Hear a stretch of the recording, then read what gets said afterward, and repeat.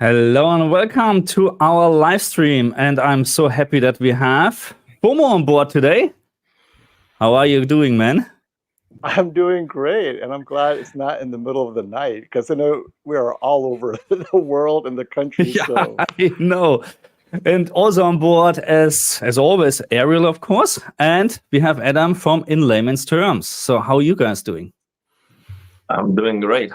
Actually, it was a busy day. Perfect. I was helping a friend moving some stuff, and driving a truck, and very agitated day. But I'm really excited and looking forward to the live stream. Okay, the first thing what I like to say, first of all, thank you very much for joining. Of course, thank you very much, FOMO, again for joining. It's a great pleasure, and for all the people in the chats and whatever. So keep it to a kind level, okay, please, because I can already see a couple of comments, and we're just here to enjoy what we like to do. There's nothing. We don't want to upset anyone. Okay, I like to talk about my journey for pre-ordering a PlayStation 5 Pro. And I'm not saying that I'm okay with the price and stuff like that. I'm just a nerd, who likes to try the newest hardware. And my first question to us here, Adam, FOMO, Ariel, anyone else pre-ordered the PlayStation 5 Pro, or was it just me? I did. See, guilty. Well, this is a business expense, so yeah. If it was just me, I would keep my PS5. Like I'm playing Black Myth Wukong. It looks great. I'm like, I wonder how much better it could look on the PS5 Pro. I'm happy with how it looks on the PS5. So yeah, I agree with you because looking at the difference right now, Digital Foundry had hands-on on some games. And on YouTube, it's always very hard to see, of course, the big difference compared to our TVs. But I was a little bit, okay, that's what you get for 1,200 Australian dollars, not including the disk drive. But let's see, let's wait, okay? The price is still hot. But I have to ask, so FOMO, and this is FOMO and Marcus. So I've never really seen you guys to come across as too much of a hardcore gamer. So is this PS5 Pro purchase purely to do more testing with your TVs and stuff, or is this for actual enjoyment? So for me, I come from the Atari generation. I'm just happy the thing looks, I mean, it's all about gameplay for me, right? So I'm a simple guy. So PS5 already, I'm overwhelmed by, and this applies to the Xbox as well. So I was really happy with just Xbox 360. I had that for a while, dancing with the camera and everything. And then the PS5 Pro is 100% to see the differences on the different TVs to help people with their buying decisions, if it makes a difference. And really, that's it. But as a personal buy, having the PS5, I would have no interest in getting the PS5 Pro. I would wait for the PS6, assuming it's that much better. And I mean, I have PC build, right? So I'm very familiar with gaming, but my day is spent so much doing TV reviews. I really don't have, like right now, today's the first time I got to play a new game, which is Black Myth. And like, oh, wow, it's pretty cool. But yeah, I wish I had more time to game. And for me, the PS5 Pro is definitely a business expense to help you all compare TV. So I'll have the PS5 and the Pro next to each other running on different OLEDs moving forward. And if it looks the same, a lot of you will be like, wait, what? It looks the same? So yeah. Yeah, Marcus, I'm just curious. For me, it's. I mean, look. First of all, I'm interested in this stuff. You know what I mean? Since I'm able to enjoy it or able to buy it. Actually, I love buying new stuff. I'm just I'm FOMO. That's how it is. And of course, it's for the channel. I mean, if I wouldn't buy it and I would not be able to do the same videos as other channels, then I would miss out something. So it is some sort of course, a business expense. If I would pay $1,400, including disk drive here in Australia, just to have a little bit of a better graphic, I am not quite sure, because you're completely right. I'm not a hardcore gamer. I don't have time to play games for 5, 6, 7 hours a day. I don't have the time. I enjoy a game from now and then, and most of the time, to be very honest, I play on my PC anyway. to get this in the best visual quality, So PlayStation 5 Pro, I'm looking forward to it, but it's actually a business expense, yes. Yeah, it's just an interesting observation because I myself, I'm a gamer. I'm mostly on Xbox, but I also have the PS5. But most of my friends who are all gamers, no one's getting it. And the only people that I know are purchasing it are people that are purchasing it for the purposes of more scientific exploration rather than gaming. So for me, I'm just, find that a very interesting point. Yeah, myself, I am debating between, and I'm gonna do one of two. I'm gonna either get the PS5 Pro as a gift, or I'm going to get the new GPUs, one of the new GPUs, and then I'm gonna gift my GPU for a gaming PC. And let me tell you, if you've ever had the chance to gift to a kid a PS5, a PS4, whatever console, that's that the experience of giving a kid something like that, they're gonna remember you forever. They're gonna think about you every single day. It is incredible. Yeah. So I just love the idea. I get very excited just to know I'm going to blow someone's mind. It's gonna be insane. Cool. And that's really what had me excited about good it. on you. But I'll probably get the GPU because it's gonna benefit me too. Yeah. And with my for your channel, it's better. GPU, yeah. And so then it benefits me, and then I do the gift. And the other thing is when I gifted the PS5, I realized, okay, well, that's very cool, but now what about the games? I cannot gift you also a lot of games, and games are very expensive. So with the PC, it's different. So yeah, that's what I am right now. It's interesting, yeah. So I think we need to start a fundraiser for Ariel to get him a PlayStation as well. So I don't. Anyway. I mean, honestly, I would not get a PS5 because I am not buying the games 2 times. Yeah. Okay, if get it for the PC and then for the PS5 too is too much. It is expensive. When I'm always doing a video between or comparing PC, PlayStation, you need or Xbox as well, 3 times the expense. It's a lot of money, yeah.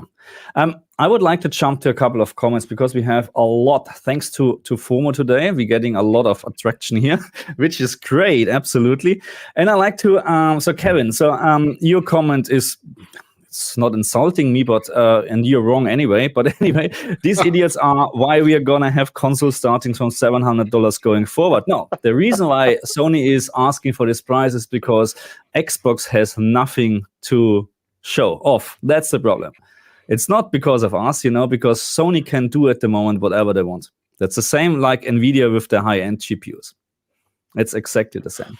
It's an interesting point you brought up, Marcus. I watched a video this morning. I think it was Spawnwave, and he was talking about how Sony's just doubled the price of their what game was it? There was a remaster. Horizon Zero Dawn. I think there was a remaster or something like that, and they just doubled the price. Yeah, and so it's just pretty much plays into exactly what you said. Sony is so dominant right now; they can literally do what you want. Like, look at the TVs; they've all got the Sony tax. I don't think they're worth that much more than the competitors. Sure, they're a little bit better than all the other competitors when you really start splitting hairs, but I don't think the price difference, in my opinion, is justified for a lot of their products. Yeah. No, I agree. What do you think, FOMO? Who is in fault here? I'm sorry. Who is the one? Why is Sony increasing the price like crazy? Because of us, they're pre-ordering everything, or because they can? Because they can. Let's put PlayStation aside. Sony TVs always a little bit more expensive, right? We're all reviewers. The Bravia 8 or the A95L, the LG or Samsung equivalent is consistently 15 to 20% cheaper after 8 months, right? Like right now, Black Friday is coming up, and the A95L is still over $3,000. I'm like, oh my god! And Sony can, so they will. And this is what I always say: capitalism. You charge what the market can bear. So if they see the pre-orders good volume, they'll keep it. But trust me, the minute they see that pre-order starts to drop, magically, holiday special, it is now $650, right?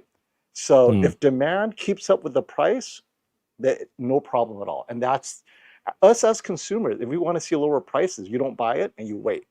But the four of us is not going to drive the prices up. But people who are like, oh yeah, $700, that's nothing. And I think there was a comment in one of your earlier streams. People every 2 years they pay $1,100 for iPhone, Samsung, whatever it is, right? And I know it's partially subsidized by the carrier sometimes, but we're so used to paying for so much on a 2 to 3 year basis. And the PS5 comes out with a refresh every 5 years, 4 years. That sounds like a good deal for a lot of people, I think. Yeah, I agree. So when we're talking about especially phones, I don't know who is upgrading their phone every year here. So I do not. I do not, because we're talking about here in Australia about, so if I like to have the flagship iPhone, I'm talking about 1,800 Australian dollars, 1,800 Australian dollars for an iPhone. So that's ridiculous. And I know so many people that they're upgrading every year. So now talking about that PlayStation 5 Pro is expensive. I agree, it's expensive, but comparing to other things, it's not. It's the same. You know what I mean? It's just Sony tax on like Apple tax or whatever. It's the same. By the way, when you did the pre-order talking about the price, did you get the disk drive or did you add it Yes, the disk drive is already here. The platform? Oh, He's a you scalper. can replace yours. You can just use yours. No, from your PS5 and just replace it. And no. So I have the normal disc version from the PlayStation 5. You can't use this disc drive; it's built in. So you have to get the external drive, and then you can put this somehow in. I haven't seen it, but that's what you need to do. Yeah. But if you open it, you cannot take it out and. I'm not sure, to be honest. If the digital, I think it's a. I don't know. I haven't opened this one, to be very honest. I haven't opened it. I don't know how it looks like. Oh, it's not gonna be elegant. Maybe it's gonna have to be on the outside and look. Oh no, I get you. Table, something like that. Not sure, but I don't want to. I'm spending $1,200 on a console. I'm not waiting warranty. Yeah, but I was thinking, you order the PS5 Pro, then you get the disc drive, and you get that base, so you can have it vertically, and that's like almost plus taxes, and then you go almost $1,000, right? Yeah, so it would be 1,400 Australian dollars if you get everything. I didn't get the stand because you can put the PlayStation anyway vertical. You don't need the stand. It just looks nicer. It's not going to look like the marketing then. They always advertise it vertical. I'm just not filming everything, okay? Let me ask you guys a question, just to jump in there, because it's obviously the title of the stream is pre-order a mistake. If someone was to come up to all of you guys today, like some friend or whatever, and said, "Hey, I'm thinking about getting a play," they don't have a PS5, they don't have anything, would you actually recommend them to get the Pro? That's where I feel like if you answer that honestly, I feel like that's your answer. Yeah, no, I would. We're all talking about people that have a PS5 already. So what's the price difference? No, they don't. What I'm saying is someone came to you and they don't have a console. Yeah, if they don't, and it's a $200 difference. Now, eBay used, let's forget used, right? Obviously a used PS5 is even better. It's only a 200 or 300. But if it's brand new, I'd recommend the PS5 Pro because it's worth, unless if you can't wait for the PS6 and you got the PS5 Pro, it's worth a few hundred. And I think that's, the question is how many of these pre-orders are all new to PS5 family and how many are upgrades? And we say, we all have the PS5, we probably wouldn't do it. But if I was walking in and starting a channel, I would not get the PS5. I'd get the PS5 Pro just to have the full scope within only a few $100s more than the base PS5. Just touching on the back of that, because in my opinion, as you said, like you could look at secondhand, I'd imagine a lot of PS5s would be going on sale now secondhand due to people upgrading. See, for me, I would say, hey, don't worry about the Pro. If this is your first console or your first PlayStation 5, go get a cheap secondhand PS5. You could probably buy two of them for the price that it would cost to buy the full setup in Australia, because the full setup's about $1,400 Aussie dollars. So that's my opinion. But yeah, I guess they're both valid. Well, let me give you my take on that. The first thing that I ask any of my friends is, what TV do you have? What are you going to use for that PS5? Because if they are using a point. crappy LCD TV, you're just going to waste your money. It's And- always our topic here. And the same Yeah. goes for PC. A lot of people, they are thinking on upgrading their PC, and they keep the same monitor. It's a crappy LCD monitor, and they spend thousands of dollars, but the experience, ultimately the experience is through your display. So that's the first thing that I look into it. And most people don't have an OLED. Honestly, most people just have a crappy LCD TV that's very big, and it looks even worse than a small crappy LCD. Yeah, nailed it with the OLED. I don't have any friends that have an OLED. I don't know anyone. Yeah, you should have better friends. But I think really, so. really, you don't know anyone with an OLED? That's No, interesting. all my friends and family, not one person has purchased an OLED. And you know what? I agree with you, Adam. Other than YouTubers, so you guys, Brian, they don't even know what OLED is unless I give them my OLED TV. They would be like, "Why would I pay another $1,000 when I can get this amazing looking TV at Costco, $800, whatever?" And it's TCL, Hisense, Sony, right? LG, Samsung, not an OLED for sure. So I'm trying to keep up with the comments, but there is a lot going on. Let me just bring this up, and this question is straight for FOMO. Maybe you can answer this one. Sure. What are things you should check to make sure you won't have buyer's Man, so this is so hard. Well, first of all, you want to see how many hours they have on it. So not all TVs, it's easy to check the hours. So find out, go online and find out how do you check how many hours are on your TV, because OLED has a finite lifetime, right? Over time it dims, but after 4 years or how many hours, because let's say they're watching TV 20 hours a day, whatever, right? After a year, that thing is really aged, and you'll notice a drop in brightness after 3 years. Now, if the TV is hardly used and they take care of it, I would totally go for it. But that's the problem, is we don't know. So generally, I stay away from any OLED before 2019 because LG had not had the right algorithm to prevent burn-in.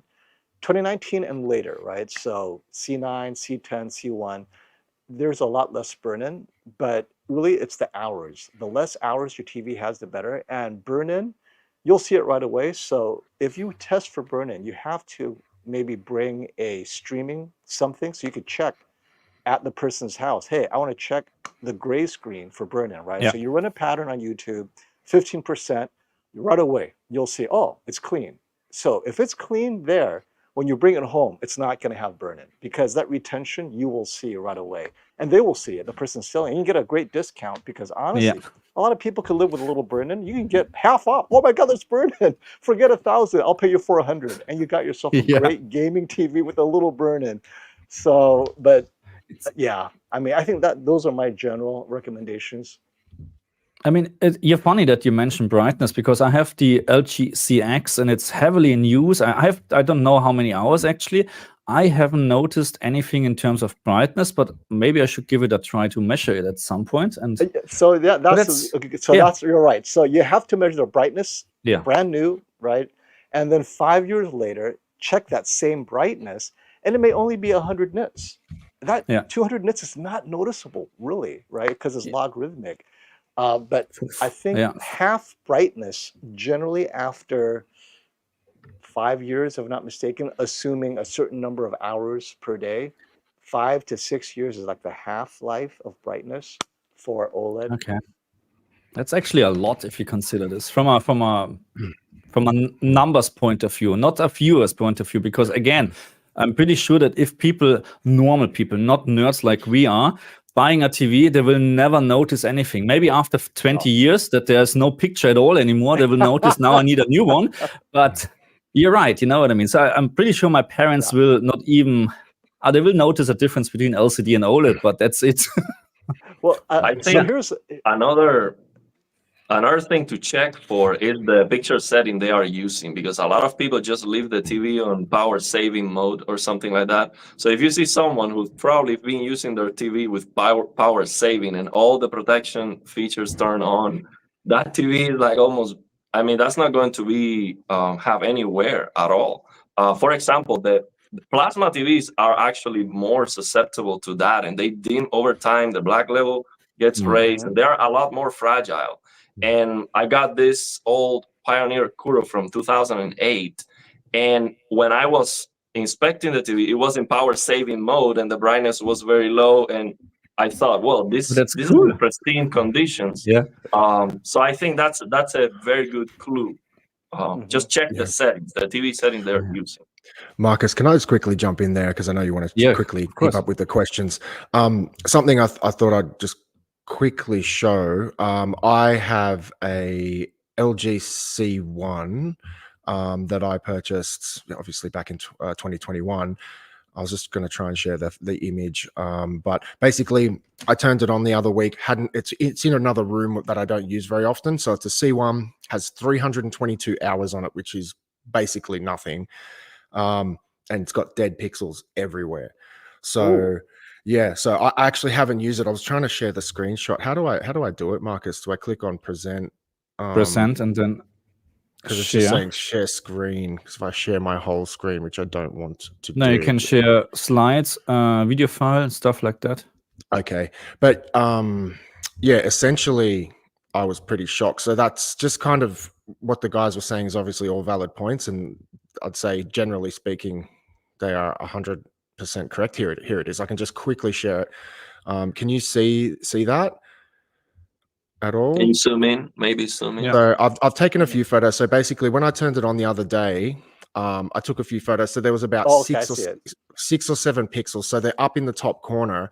Since then, the TV is still on 322 hours, and I probably have another 10 that have just popped up.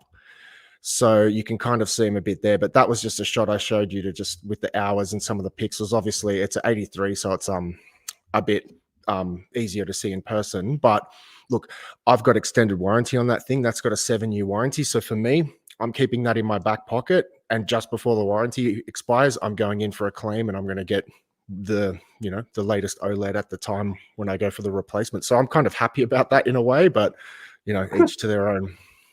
So Adam, you bring up a good point also, and this is inspired by the ratings longevity. Most of these TVs fail before you even get burn-in, and that goes through your pixel. It never even got to burn-in. So let's just take a step back.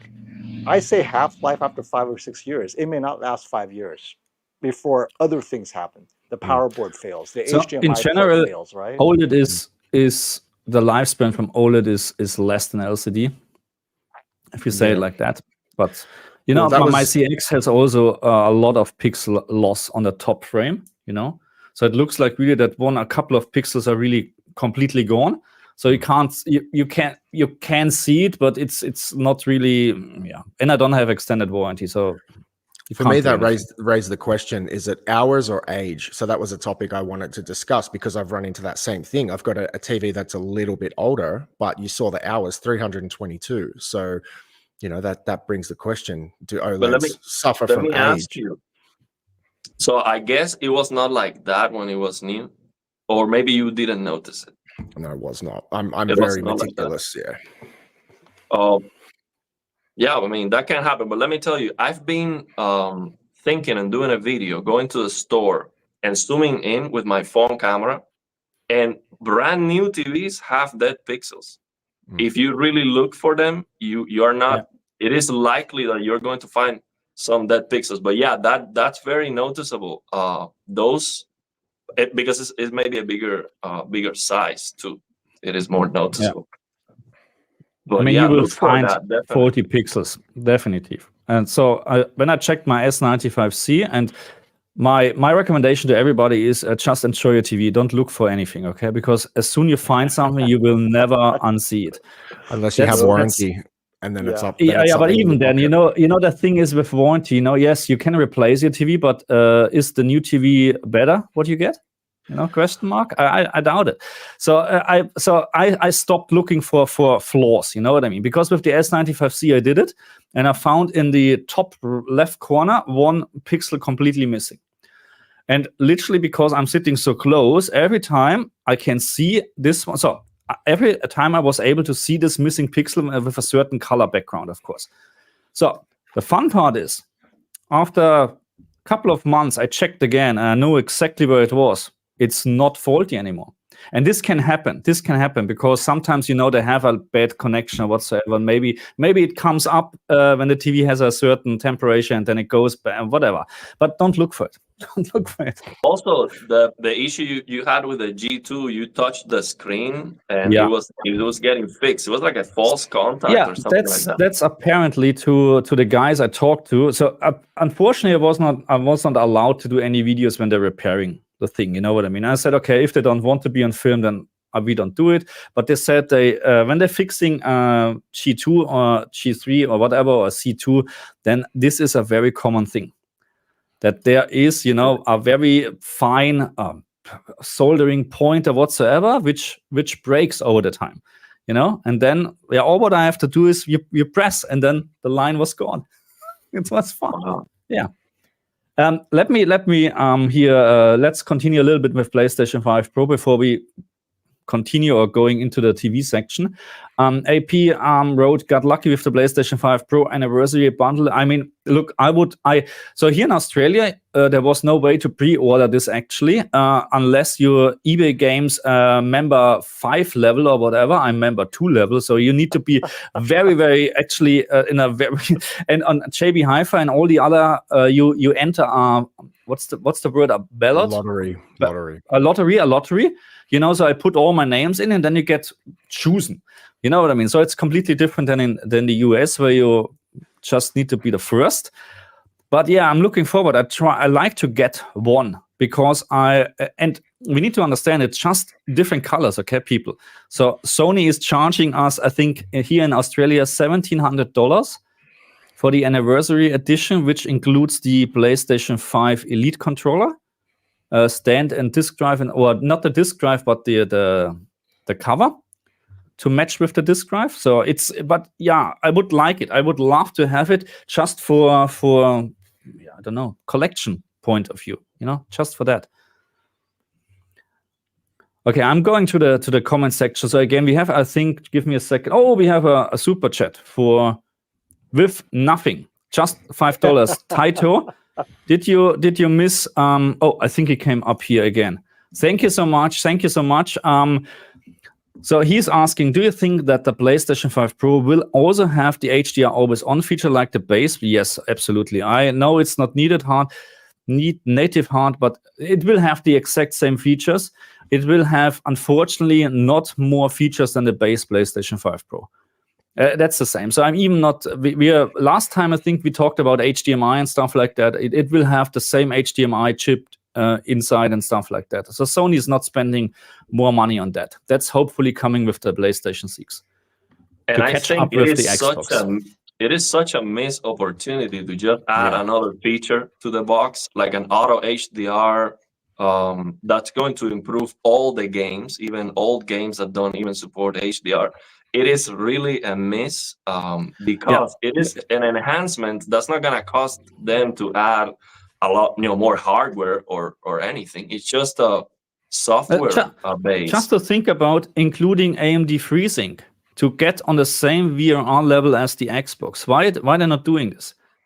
That's an open source. You can use it for free, as far as I understand. That AMD is not charging anything. So why they're not doing this? Why they're just using HDMI VRR, which is bad, which is absolutely bad. There's no difference, is there? There's no real difference. There is a big difference because HDMI. So first of all, you can then use AMD FreeSync works with HDMI 2.0 monitors as well, and you can also have a much better. You have LFC on board then.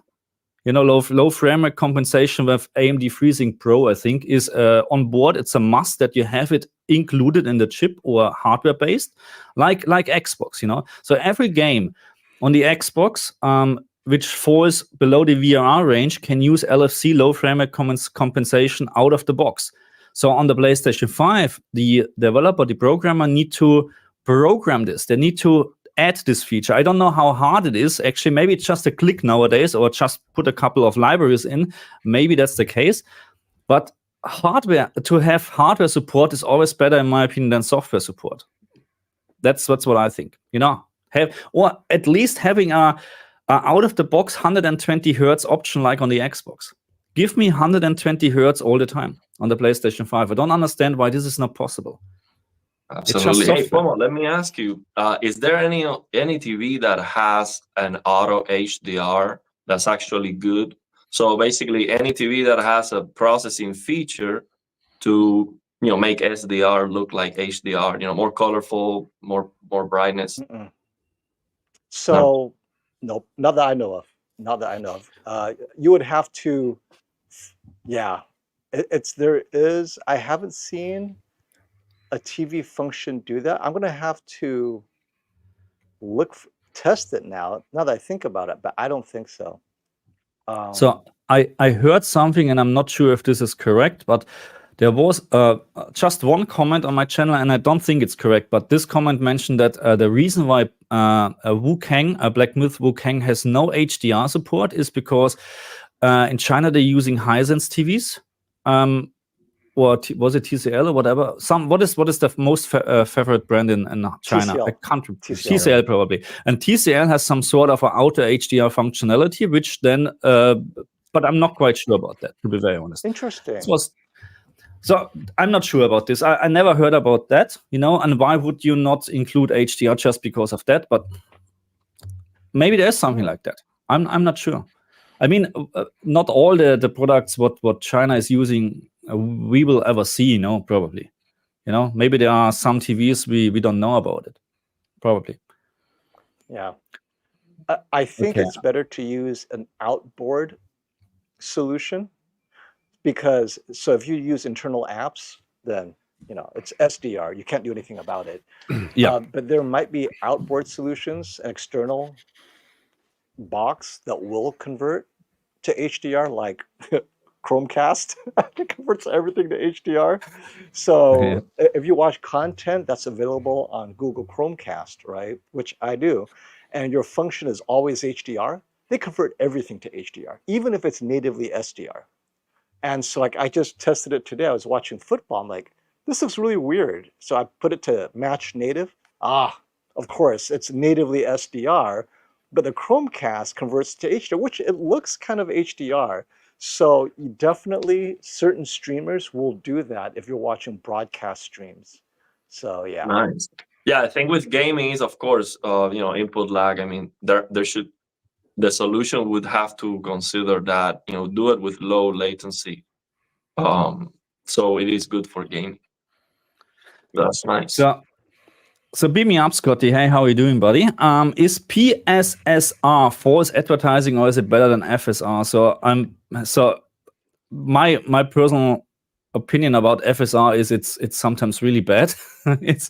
It's really bad. I mean, FSR 3.1 probably is the one to go, but I think that PSSR is already on comparing, or according to a couple of YouTubers that had hands-on on the PlayStation 5 Pro, it's very, very close to DLSS. If you actually can compare this, because it's very hard probably to compare, but apparently it's better than FSR. So this is what I heard. What you can read. I haven't tested this, and I think again it's very hard probably to do a proper testing. You would need to find a title which maybe supports FSR and then of course PSSR, and I think this will be a little bit difficult, but I think it's better. So because it's a native solution from Sony, you know what I mean, and it's probably pretty good, and I hope it's pretty good.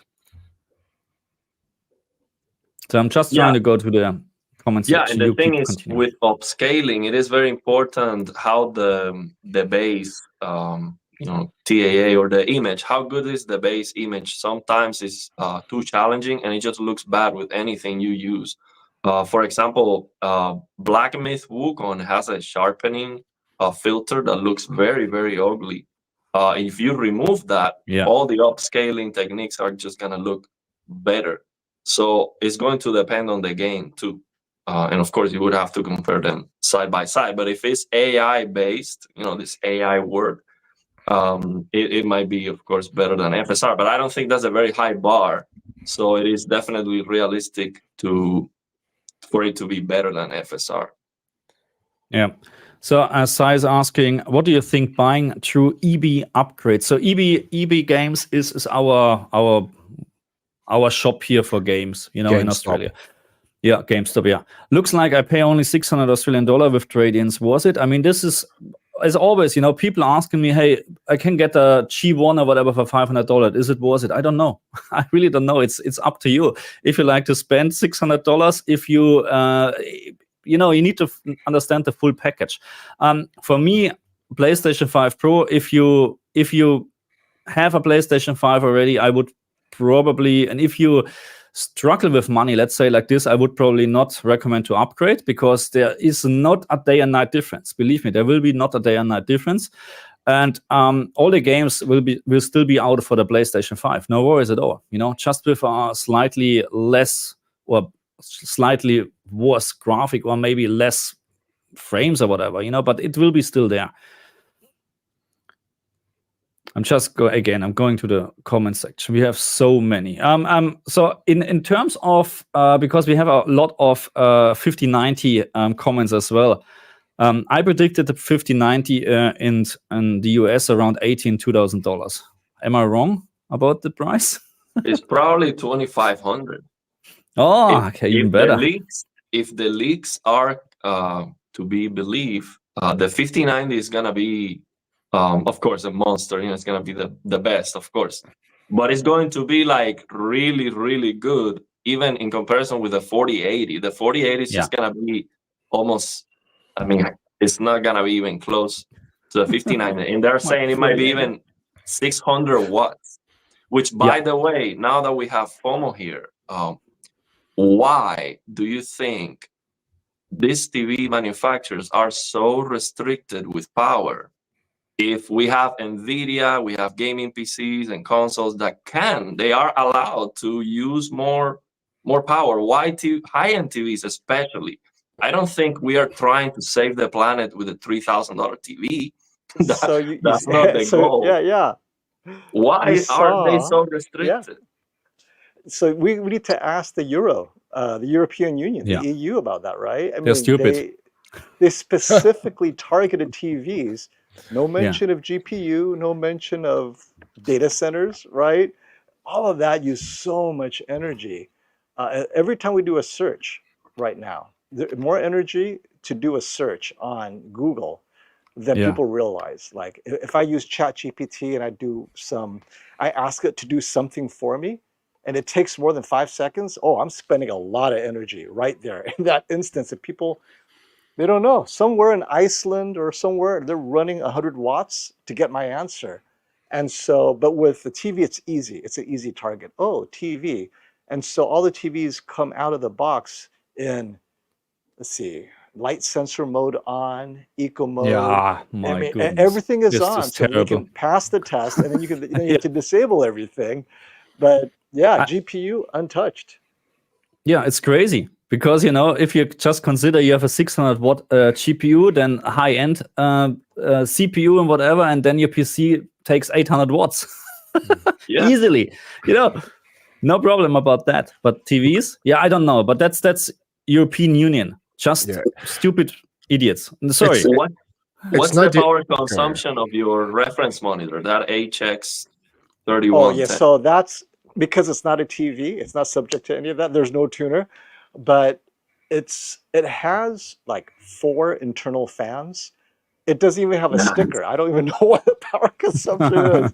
But the fan, so you have 2 mode. You have the 1000 nit mode, which means it could go full screen 1000 nit, fans are blowing. And that's what I always use to test. But then my room gets hot in 30 minutes. It starts getting hotter and hotter. So you save money.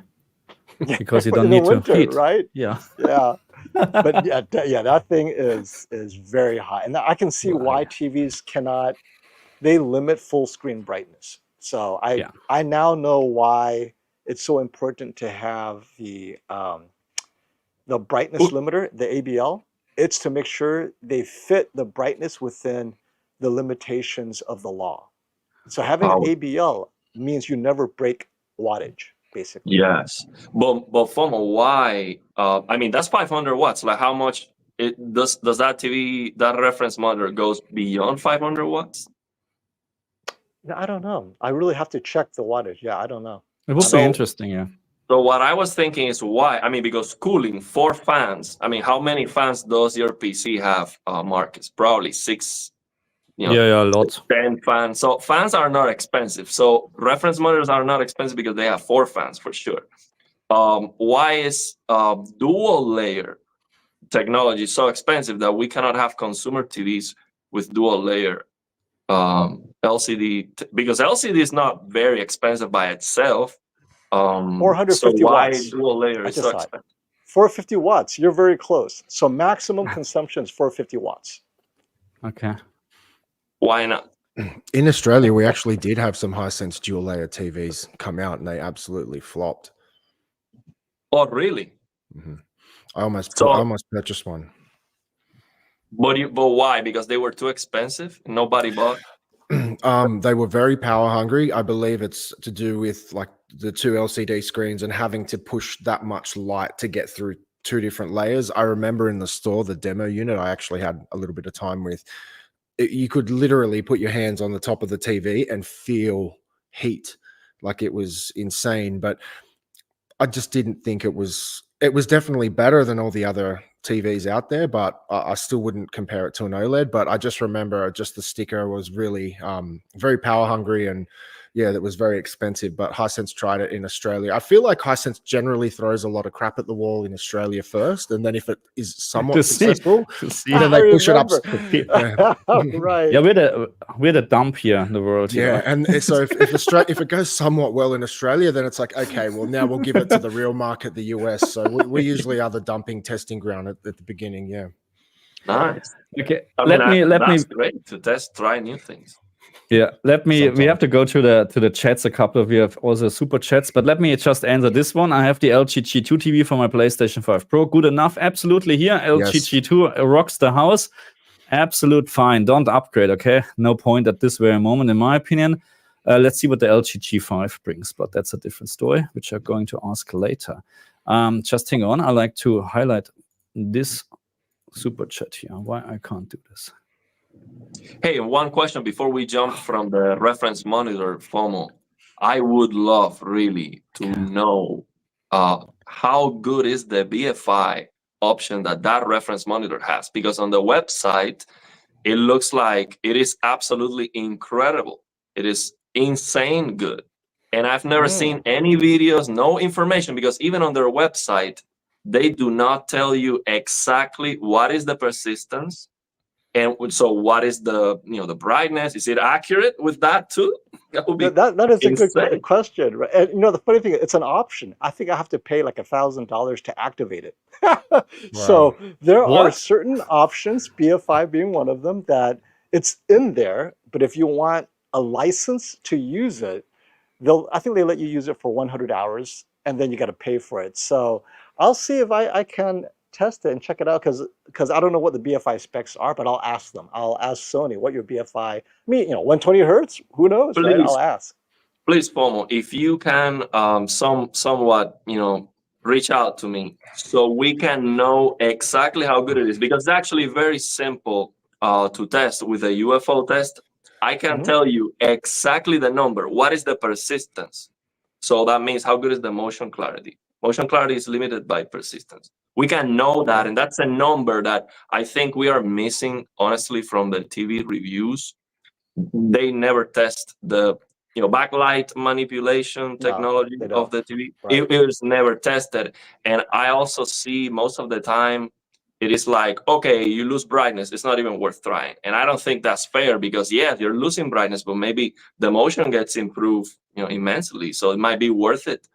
For gaming, especially. So bring up a good point. For me, now that the TVs are so bright, I'm talking OLED, the question becomes, it's always been the flickering that people tell me if you stare at it long enough, it goes away, but after 15 minutes, it still didn't go away.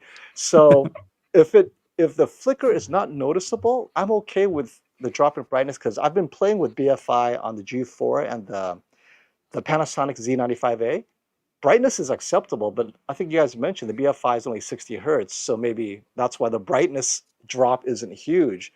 But I'm definitely okay. No flickering, brightness drop is completely acceptable, but it's not true 120. So Yeah, but I mean, I Okay. tested an old Sony TV, an LCD TV that was 60 FPS for that flickering, backlight manipulation technology, and I couldn't see any visible flickering whatsoever.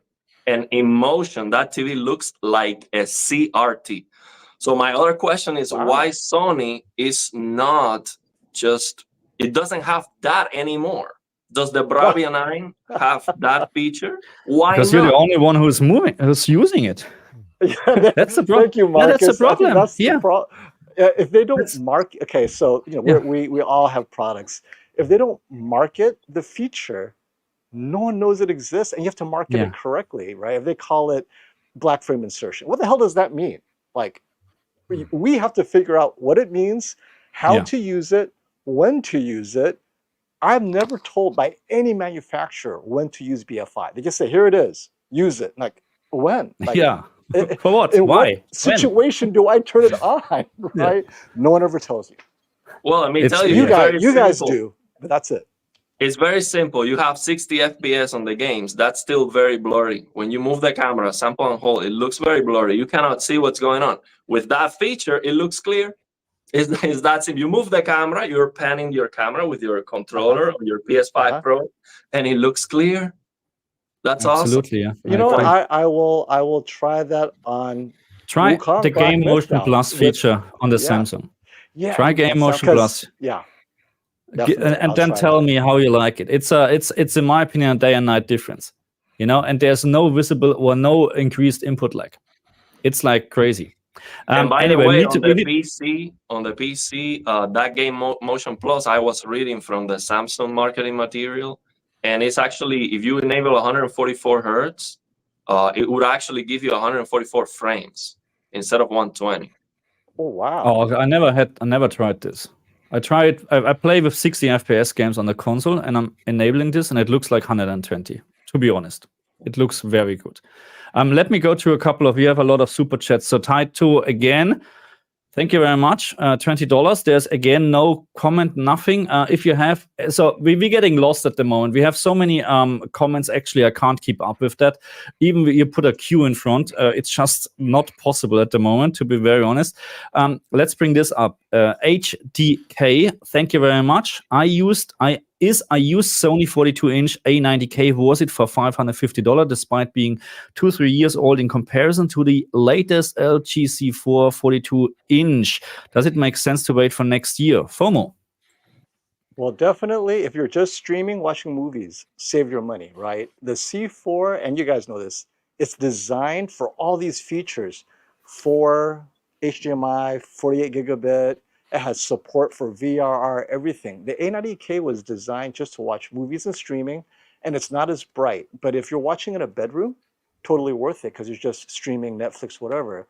But if you want to do any gaming, I mean, the latency is not great. You're not going to get all the features or game modes that's on the C4. So if you're a gaming enthusiast, I can't recommend it. But $550 for a streaming bedroom TV, absolutely.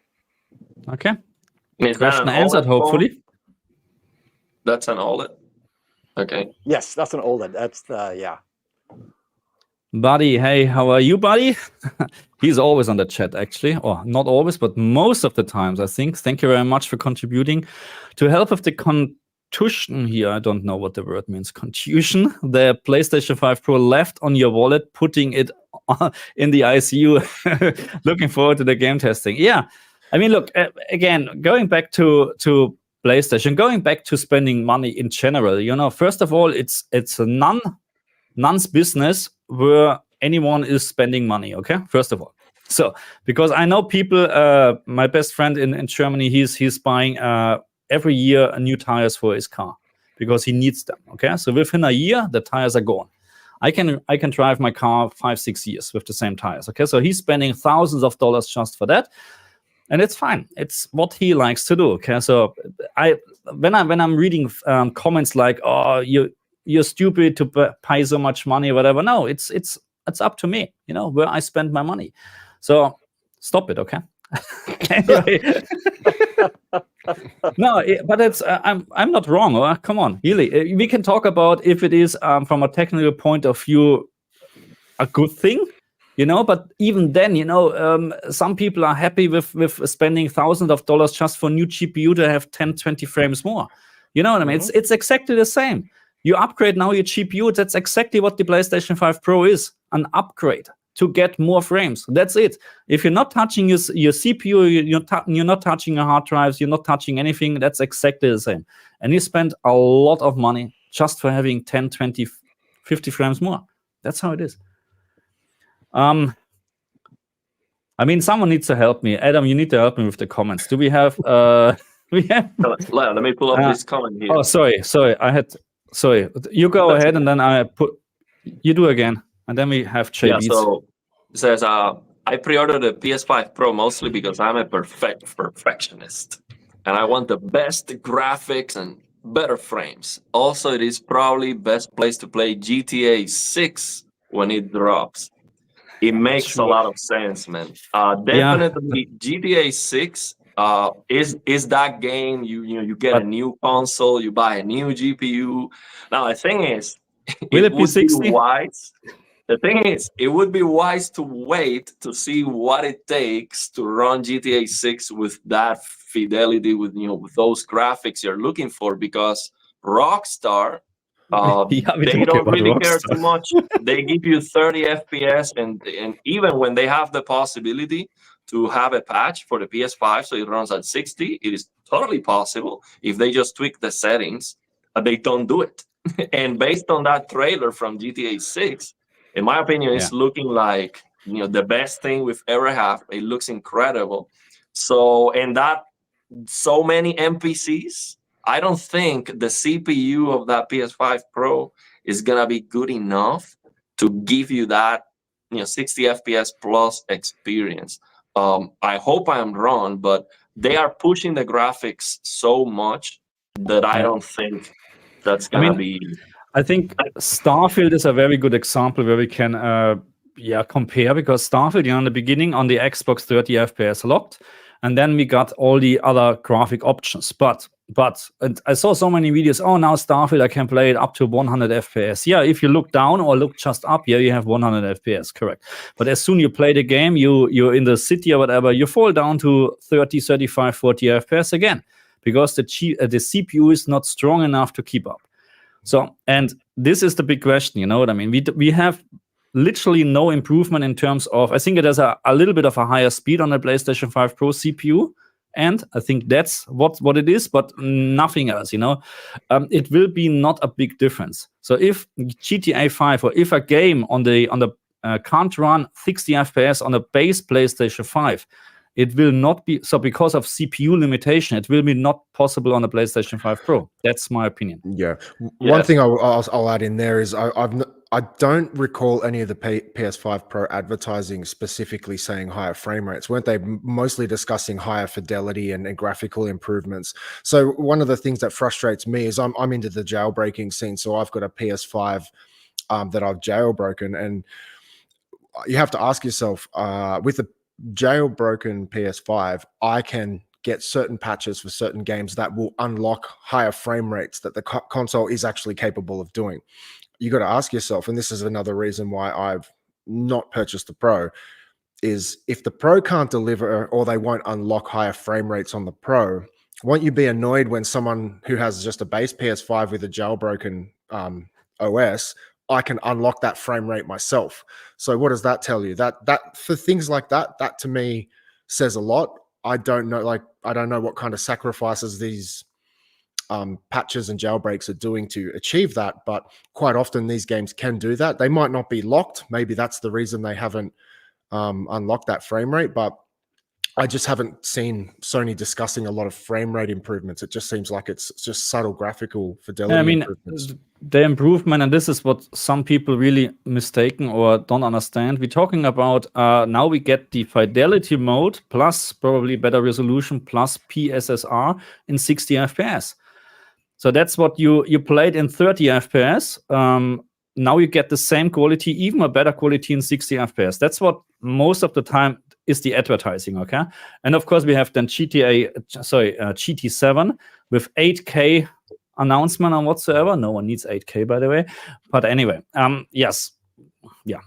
And the other thing is, we will see. I heard from some leaks that it might have an option to overclock the CPU 10% and lose like 2% or 1 point something percent on the GPU performance. Oh, okay. So that's the PS5 Pro. So yeah, it might give you a little bit. I mean, 10% improvement is not insignificant when we're talking about that 60 FPS range. That might be like 4 frames. But 4 or 5 look, frames. even a 40 FPS mode for GTA would be a huge improvement over 30. Yeah. So because I didn't believe that actually, but when I played Ratchet and Clank, I think was the first 40 FPS game, and the difference is really crazy. 30 FPS is crap on an OLED. 40 FPS is the absolute bare minimum in my opinion. Of course, 60 FPS should be the minimum, but you get my point. Marcus, sorry, can I just jump on this question quickly? With the C, because I have a C1 and I also have a G4. Man, that question, PS5 Pro and a C1, absolutely yes.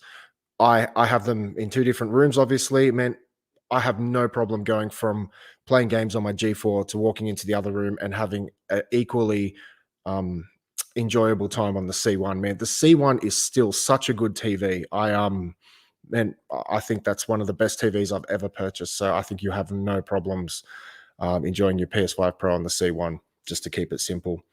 Well, let me tell you something else. With the C1, you do have this BFI I knew you feature were that going to bring works that very up. nice. And at 60, most of the games you might be able to run at 60, hopefully locked 60 FPS. If you have that on a game, you get 60 hertz output from the PS5 Pro, and you use OLED Motion Pro High, this setting, and it's going to improve the motion in 2.6x. So basically, 60 FPS is going to look like 153 frames per second. So that's a massive improvement. Now, the thing is, for some people, it flickers a lot at 60, and it depends on the person. So flickering perception depends on the person. So for some people, it might be unbearable. For some people, might not even notice it at all. So if that's you, you're blessed. So you can get a lot better, motion clarity when you're panning the camera with the C1. So for other TVs, for example, the C1 in comparison with other TVs is that other TVs like the C2, C3, C4, they have black frame insertion, BFI. So the C1 doesn't have it. It does have a BFI with a medium at 100 or 120, but it has a scrolling scan. So it's not doubling the frame, it's not doubling the motion clarity. It's more than doubling the motion clarity because it's reducing the persistence more than half. But the C2, C3, C4, what they do is they just have 120 hertz and they insert a black frame in between. So you double the motion clarity and you lose brightness in half or more. FOMO, you happy to answer this one here from Kivansley? This is a good question. What are the chances LG switching to QD-OLED when in the near future it's being slapped around by Sony and Samsung when it comes to color brightness, saturation, and all that good stuff? I completely agree. QD-OLED is the superior technology to WOLED. So the question actually, I have to pull it apart. So you have LG Display, which makes WOLED panels for everybody. And you have LG Electronics, which could buy its OLED panels from LG Display or from Samsung. So technically, LG Electronics, like Sony, can source their OLED from Samsung and offer a QD-OLED. Here's the problem. It let LG Display borrow a lot of money to stay relevant. So it cannot jeopardize LG Display's finances by going out and paying Samsung. So it's kind of trapped. If it wants to be repaid by LG Display, it needs to buy all the panels from LG Display. So they're really tied very closely together. The issue is LG Display is so invested in making WOLED. For them to retool, it's not that it isn't possible. They just don't have the money. They need more investment money. So as an example, Samsung Display invested billions over 3 years to completely retool and start OLED from scratch, QD-OLED. LG does not have that money, and they have nowhere of getting it. And the money they borrowed from LG Electronics is to expand WOLED. Well, they already took the money. They're already doing WOLED. There's nothing left. So the answer is it's very unlikely for LG Electronics to go to QD OLED because it cannot jeopardize LG Display's livelihood. It's sad to say. Whereas Samsung Electronics can do both. It buys all the QD OLED it wants from Samsung Display, and they buy it from LG because they sell so many TVs that they take OLED from any supplier they can get. So, but LG Electronics does not sell enough TVs to do that. And if you guys look at their numbers, they are slowly falling behind TCL and Hisense mini LED sales, which is a shocker, right? So we know a 65-inch OLED around 1,500 to 2,000. Well, people are taking that same money and getting a larger premium TCL at 75 to 85 inches. They're not saving money. They're spending the same, but getting larger. And LG is like, oh, what do we do now? Because we can't drop prices any further. LG Electronics and LG Display, I think, has an existential crisis in the next 3 years if they don't think of something fast. Hey, FOMO, would the implementation of a phosphorescent blue subpixel eliminate the need for a white subpixel, or would that still be necessary? So if you look at cell phones and smartphones and tablets, they don't use a WOLED. So the answer is yes, right? Tandem is being used on smartphones, direct RGB. So the phosphorescent would be used in direct RGB technology that's being used right now, just replacing the fluorescent. The problem is taking that technology and making it into a TV size. It's completely different. They don't have that yet. They've never successfully made a TV with direct RGB. And that's what the first implementation of phosphorescent blue OLED is. They have to figure out, wow, how do we eliminate burn-in? That's what W and WOLED does. It eliminated burn-in. So Samsung has amazing direct RGB for smartphones, but if you make it into a TV, they had burn-in. That's why they gave up. So LG says, you know what? We'll create WOLED. And then finally, Samsung Display did QD OLED and had multiple layers of blue, so you don't have burn-in. So the question is, what can LG do to get rid of the W? If they get rid of the W, you reintroduce burn-in.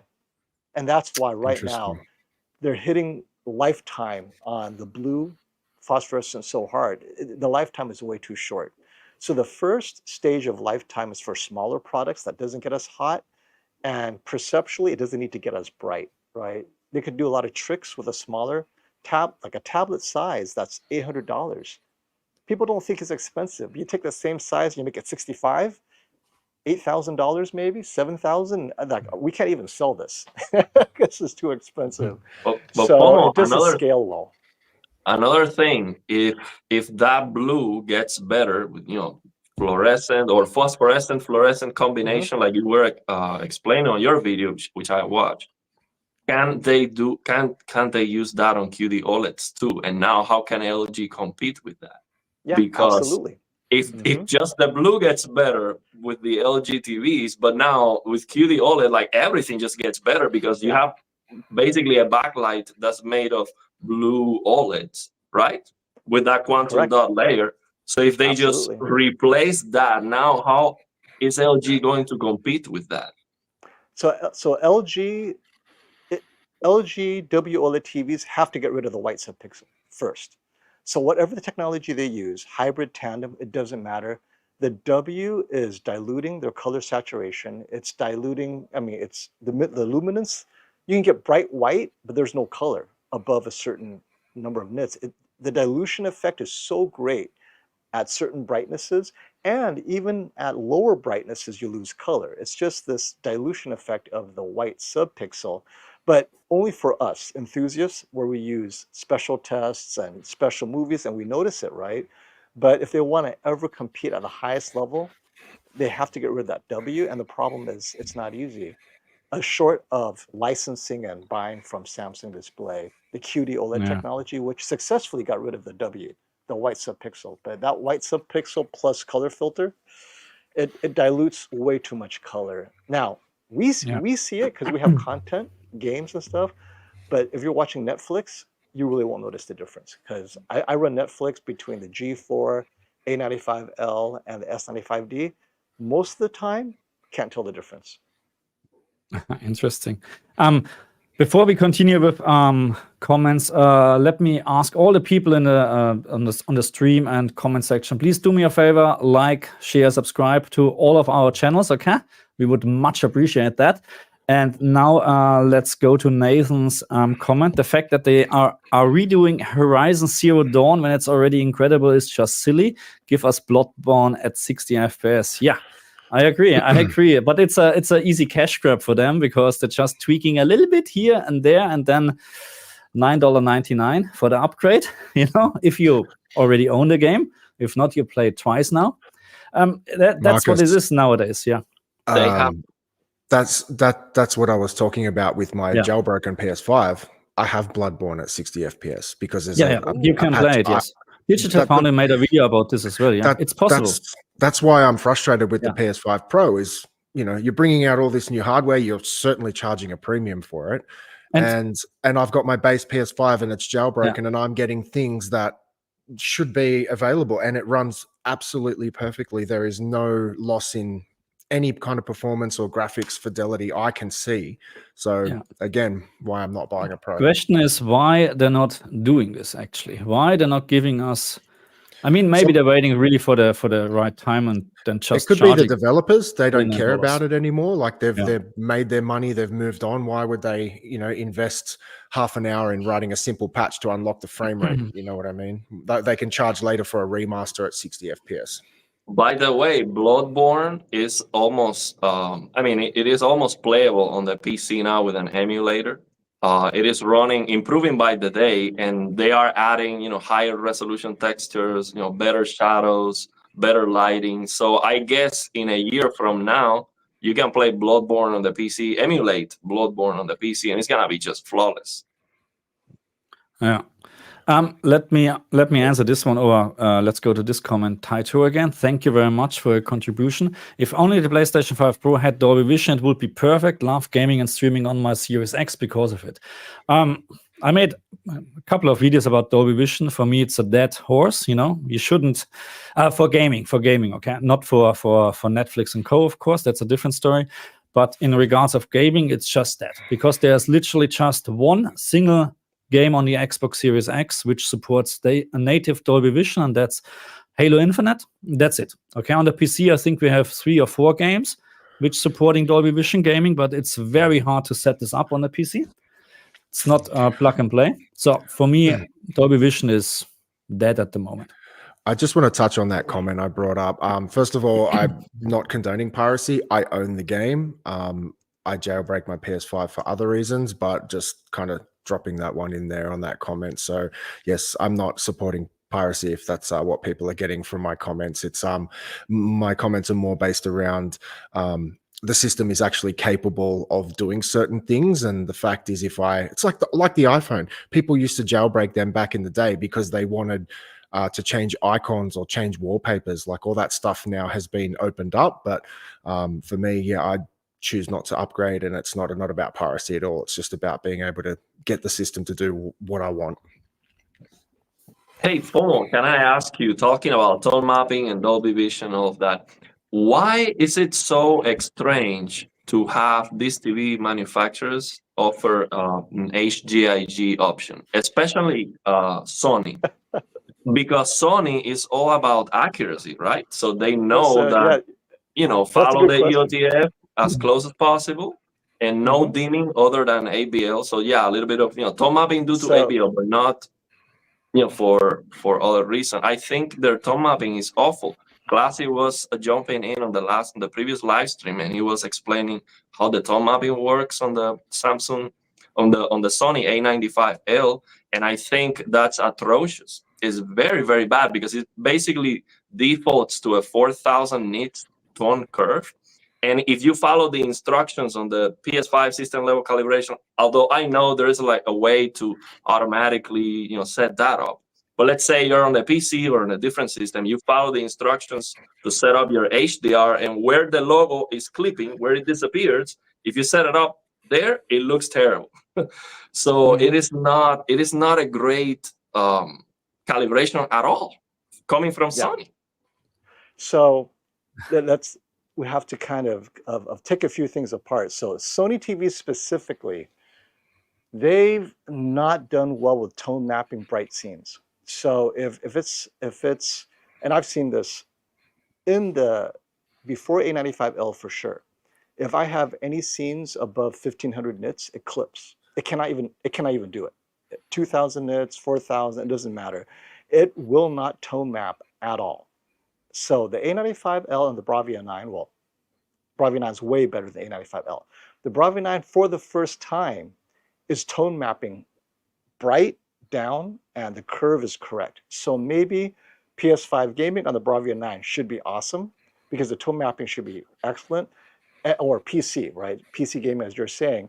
PS5, so this is maybe why Sony has that quote unquote direct connection to the PS5. I haven't compared it to accuracy. I just know that Sony tone maps directly between the PS5 game engine and the TV, the later TVs. So, I don't know, 2022, 2023, 2024. Certain models, if you plug in to the PS5, it'll have a flag, hey, we recognize your TV, this is a PS5. And technically, it should be tone mapping correctly if the TV says that. Now, that's the theory. How will they do it? I honestly haven't checked it out, but at least that solves a few problems. You don't have to go in there and hand tone map it. You could still override it by matching the white boxes, right? But Sony tone mapping has not done well beyond their reference preference, which is under 1000 nits, great. But as you hit 1500 nits and above, doesn't matter what the content is not good. But the Bravia 9 is good. It does that pretty well. I have to check the Bravia 7. But yeah, I've been very disappointed with earlier Sony TVs above 1500 nits. They clip, and there's no way for me to get it rolled off earlier, short of going in there with calibration settings or whatnot. But just the basic settings in HDR, gradation preferred, brightness preferred, it doesn't matter. Yeah, and to be fair, it's not only Sony. The only TV manufacturer that has HDIG is LG. Like through HDIG. Officially HDIG, yeah. Right. Mm. And I think that should be there for all TV manufacturers. Especially, I'll say this: the Panasonic Z95A comes very close to HDIG. It's true gaming mode.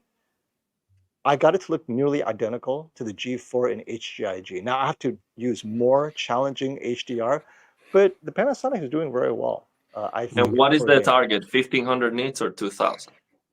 1500 nits is safe. I don't know. I have to see 2000.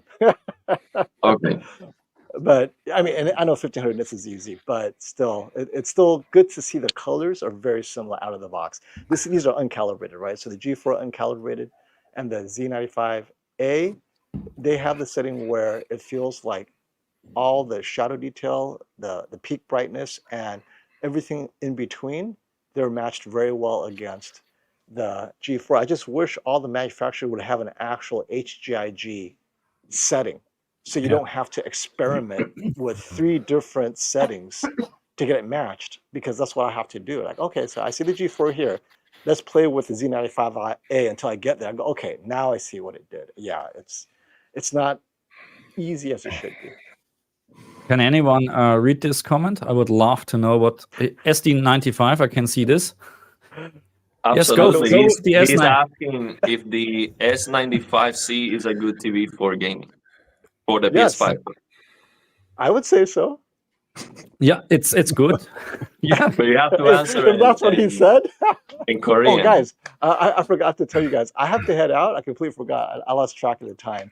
But totally enjoyed your stream. I'm gonna jump out, but I'll leave it streaming on my channel. So I'll be gone. My logo will be up. But hey, thank you so much for having me. And, no worries. Thank you for being here. Anytime, guys. Have a good weekend. Thank you very much. See you, man. See you. Bye. Thank you. So we have still a lot of comments here, actually, a lot of comments. So, and I apologize actually, because so many people are today in the stream on the stream. I can't keep up. We can't keep up actually. We had a superstar today, so that's why. That's why, yes. So now it's dropping suddenly. Now what he is good, I like him. He has a lot of knowledge, and that's good. Good questions asked, Ariel. Thank you. I actually had a question for him. It's a shame I didn't get to ask it. It was around, I saw a video where a TCL TV had MLA on it. Have you guys heard about that before? No. No, yeah. It was a video on Linus Tech Tips I was watching. They were saying that this, I think it was 100 or 115 TCL TV that they imported to Canada.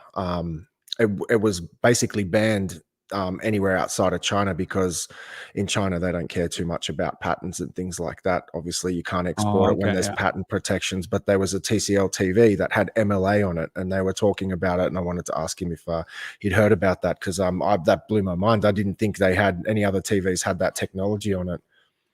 I think TCL is innovating more than anyone, because they are talking about 3D, which is something I wanted to also ask FOMO. They are coming with some AK 3D, glassless 3D TVs that are inkjet printed, so through RGB OLEDs. That's incredible. That's amazing. Give me that. That's a nice upgrade. Hey, D-Badge, first of all, welcome to the stream. No, you did not miss it. We're still talking about PlayStation 5 Pro and all the other stuff. And by the way, I pre-ordered one. Yes, sue me. I don't care, really. I pre-ordered one, and I'm looking forward to test it. And we have this comment here. Matt Lee, $1.99. Thank you very much. Buy OLED for PlayStation 5. Should I worry about burn-in? No, not at all.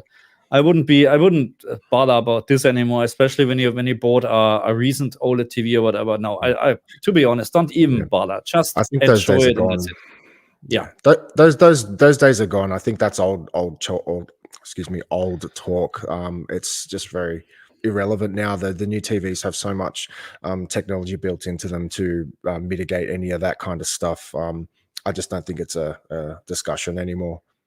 I think you should be mindful, though, because there are some games that have HUDs, and there are some people who only play that game. So I'm thinking about Genshin Impact, for example. You have like a big number, it's huge on the screen. It never goes away, not even during cutscenes. So for those people who only play that, that's gonna burn it for sure. You play that for 2 years. I mean, that never goes away. That's all you play. So it's just to be a little bit, aware of it. But yeah, you don't have to babysit the TV either. No. Don't a lot of the OLEDs have now these compensation, not a compensation cycle, but there's a setting where they can detect static elements and they dim those elements. Like, for example, when I watch sports, I have like the sports logo in the top right-hand corner, and I notice over time that logo gets really dim because it's detected there's a static element there. Yeah, the thing is, it dims the whole screen, so I turned that off. It dims the whole screen, That's the thing. But yeah, you can use that. Yeah, so Miguel, thank you very much. I have a 5.1.4 speakers. Okay, great. So 4 subs. That's actually interesting. I used a good upmixer, so it's worth it. The audience is too small for studios to invest time and money. HDR, same problem. Yeah, I agree with you. So sound is next to, I think sound is maybe even sometimes more important than picture quality, to be very honest, depending on what you watch or what you play, I mean, if you watch a horror movie, whatever, and the sound upmix or the quality is just crap, it's not the same. A sound is very, very important. You know what I mean? So I fully agree. But that's, I never experienced Dolby Atmos, by the way. Never, just in cinemas. And it's not a great experience because you never sit in the right spot, But yeah. Sound is very important. Yeah. I'll show you when you arrive at my place in a couple of weeks, Marcus. No worries, yeah. So I have just a 5.1 system, okay? But this is more than enough, in my opinion, right now. It's just great. It's just amazing. And it really depends on the games, If you have a bad game, just stereo upmix, not good. I really don't know what you... Ariel? Yeah, so he's asking if... Yeah, of course, I understand that. That's Korean, I think. Sorry, I don't know. It is Korean. It looks like I have no idea. So can you use where's my phone? You can actually translate it. Because I really like to know. So how does it work? Where's my Google? I really like to know. While we're waiting for Marcus, one other thing I'd like to touch on is quite often a lot of the TV channels we watch, they don't really touch too much on the receivers. So from what I understand, like FOMO generally plugs all of his devices, and most people do, straight into the TV. And I think that's a discussion we should have at some point, is because just based on that last question, he obviously had a home theater set up, because I have a home theater set up with my G4, and I plug all my devices into my receiver, then which passes that through to the TV. And I've owned a Sony TV, a Samsung TV. Now I have my LGs. And out of all of them, LG was the only brand that spoke HDMI CEC correctly. Like every other TV struggled with sending the CEC commands up the chain and getting everything right. You guys know what I'm talking about, right? So when you press a button that sends it to the receiver, then the receiver sends it up to the TV, especially with gaming, every other brand aside from LG just couldn't get CEC right. So if you do have a receiver or a gaming 2.1 gaming receiver, I think LG is the only way to go. I just think LG are the gaming TVs. If gaming, and how is your much priority, is that? How much is that receiver you're talking about? The price I paid for it? Or yeah, no, how much it costs, like usually? Well, it depends what receiver you get. There's low-end Onkyo ones that have HDMI 2.1 ports. I got the Yamaha RX A6A that has 7 HDMI 2.1 ports on the rear. So I love the fact that I can just, press a button on my PlayStation, my receiver turns on, switches to the PlayStation input, sends the command up to my TV, the LG turns on, it knows. Even on the LG, even though everything's connected via one HDMI cable, if the PS5 is on, the LG identifies that input as PS5. Normally a lot of TVs would struggle with that. If I turn on my Apple TV or my Xbox, that HDMI input, the HDMI 3, changes to Xbox or Apple TV on the actual TV's display. So for me, that's showing like LG's really got CEC right. Where I had Samsung, I had the 8K Neo QLED. I had nothing but problems with that TV. Every screen dropouts, CEC issues. So just something I think that at some point we could probably touch on a bit more. But how did you go, Marcus? Did you translate that comment? So he actually said he bought the S95D and also the PlayStation 5 Pro, and he tried to get the 30th anniversary edition. And if he's lucky, he's buying this as well. Yeah, good on you. Good on you. Cool. Look at that. Cool It's setup. going the extra mile to understand the Absolutely. For all that's what I'm doing from now on. It's easy. Come on, with Google Translate, it's easy, but I have an AV receiver from 1999, and it's a Yamaha one. It sounds amazing if it works, but it consumes a lot of power. It gets very, very hot. I think it's like 400-500 watts. It's insane. But from 1999, it's still working, and it works amazing. So I'm not talking, hey, everything PlayStation 5 Pro. I'm not talking about this cheap Logitech 5.1. I have a proper sound system in my other room with floor speakers, and they are a complete different world to this toys here, okay? So, but this is already also not bad. So I'm actually surprised because I paid for this just $199 for this 5.1 system, which is a plug-and-play system, and I'm really impressed from this quality when we're talking about the price, okay? Of course, as soon I'm going into the other room and I play the exact same game and you have proper floor speakers, but I spend so much more money for this. So, but don't get me wrong, sound is very important, absolutely. But let me ask you, would I notice any difference if I have the same speakers and if I change the receiver and they both support the same speaker, same power? Would I notice any quality difference? In terms of AV receiver? In terms of the sound quality. Let's say I have a reference speaker, like a small reference speaker, for example, and I change the receiver. Would I notice any usually not difference on the quality? So first of all, usually the high-end AV receiver should not differ in sound. Not in quality, the sound in sound in general, because what you like to have is actually the same with picture. You like to see exactly the source on your screen. So you like to hear the source on your speakers, you know. So in the very beginning of AV receiver, that's how I experienced. If you bought Harman Kardon or Denon or whatever, they had a little bit of a difference in terms of the sound. So I think the Denon was more warmer and a warmer sound than the Harman. If you prefer this, yes. But usually when you buy nowadays, so that's my experience. Nowadays there's no difference anymore in sound because they're trying to get you the most audiophile or whatever the fidelity in terms of sound. So all what the AV receivers are doing is probably more likely the features like the other TVs. You know, that's about it. You know, you get different features. But I like to answer this: if you have an expensive TV, you don't need an AV receiver. I disagree on that completely. Yeah, I disagree. I don't know if that question we're interpreting that correctly, but yeah, they're two separate things that work together in tandem. So if you have an expensive TV, that's great. You have a great display, but the receiver is essentially to kind of level up your audio game. So if you have a good set of speakers and things like that, I think that's completely disagree. I think it's a choice. Some people I know happy with the TV speakers.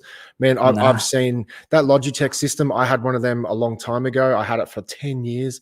The thing died, but it was unreal to the day. For this price, it's really crazy, you know. But it's a price question, you know. But Matt is in the house. Hey Matt, how are you doing, buddy? And he is right. eARC on most TVs will have audio sync issues. Yes, I fully agree. It's I don't know why this actually is the case, because it shouldn't be. It's just digital, you know, pass through. Why do we have audio sync issues? I don't understand this. But I talked about this in one of my videos. I think that as soon I changed my AV receivers a couple of years ago, and then my eARC synchronization problem went away actually. So the problem is that this is not even it's a standard in my opinion. It is a standard, but even they don't give a crap actually to make it work on all the TVs and stuff like that. It's a shame, to be honest. So D-Batch says, I upgraded to a better receiver, more range, and yes, same speaker sounded better on my new system. Mind you, I got a new one this 12 year, years old. and the old one was 12 years old. Okay. So it is possible, basically. Yeah. So he's saying, yeah, absolutely. Yeah, but upgrade a 12-year-old TV to a new one. I mean, come on, what you get? Well, mine is from 1999, so that's why I have. And also, I have to say something. So just because you buy, so let me tell you something. So I got from my dad back then his old setup, okay, and I know he was into audio, okay, and this was just stereo back then, okay. And I bought my first AV receiver then, and I still had this in use with the same speakers.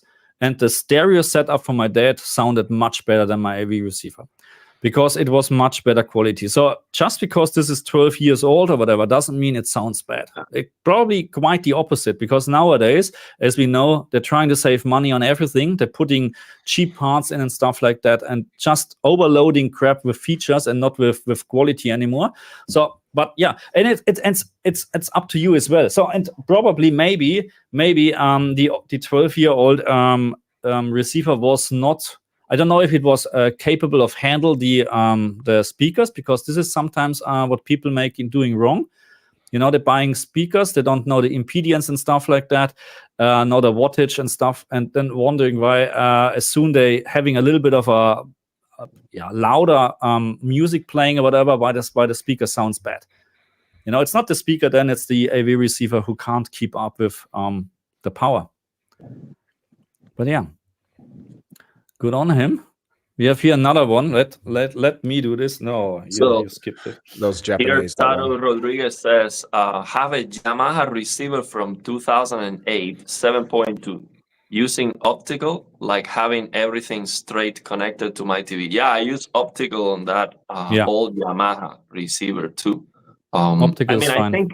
I think it is really incredible. Such an old electronic device that still works very well. But it's like you're saying, Marcus, when you open that, and I open that to clean it up, I noticed that this looks rock solid. This looks like it's gonna last forever. Absolutely, that's how they do. And let me tell you one thing. So if you go to buy speakers, and maybe it's just bookshelf speakers or whatever. Pick them up, okay? Pick them up and see how heavy they are and stuff like that. Because all what you need to know is speakers. First of all, of course, they should be heavy because of the what's the right word in English? The audio, the sound resonance. No, not the drivers, but so drivers as well. But if you have very, let's say, very thin MDF wood or whatever, and they're vibrating all the time, you hear this as well. Speakers must be heavy like crazy, in my opinion. That's how it is. The more sturdy. The more sturdy they are, the better, in my opinion. Because with the drivers and the speakers, there are not many manufacturers. They actually it's same with displays. You know what I mean? So of course you have probably more audio companies. They're making their own drivers and stuff like that. But at the end, the high-end drivers are more likely the same. There is not much because it's physics. You know what I mean? There's not much what you can do change. But the housing or the box itself, is very important in my opinion. But we're going to audio. Okay, we should have an audio. But it's important. Come on, it's important, really. But let me try to answer this one here from Dan. Thanks to Google. I love Google. Don't share your data with Google. Okay. No, that's Japanese. Does Ariel understand Japanese? No, I don't think so. He was just playing. So this means, does Ariel understands Japanese? He tried to, and he convinced me for 1 second. It seems like I guessed it right. Yeah, probably, yeah. So do we have a super chat here? Just hang on. No, this was the super chat. Thank you very much. Guys, if you have any questions, just chuck them in the stream before we wrap up today. So Matt is saying QD OLED is RGB additive color. WRGB is non-additive. I can easily see the color purity difference. Let me ask I can too. Really. Let me ask you, Matt, because a lot of I see like a cult that they like plasma TVs, and they talk about that the color purity of the colors is just better with plasma TVs because they are through RGB. So why is that? What is there any truth to that? And you're saying yes, that definitely exists. What I can see is if I record with my camera, on the recording, the plasmas look amazing.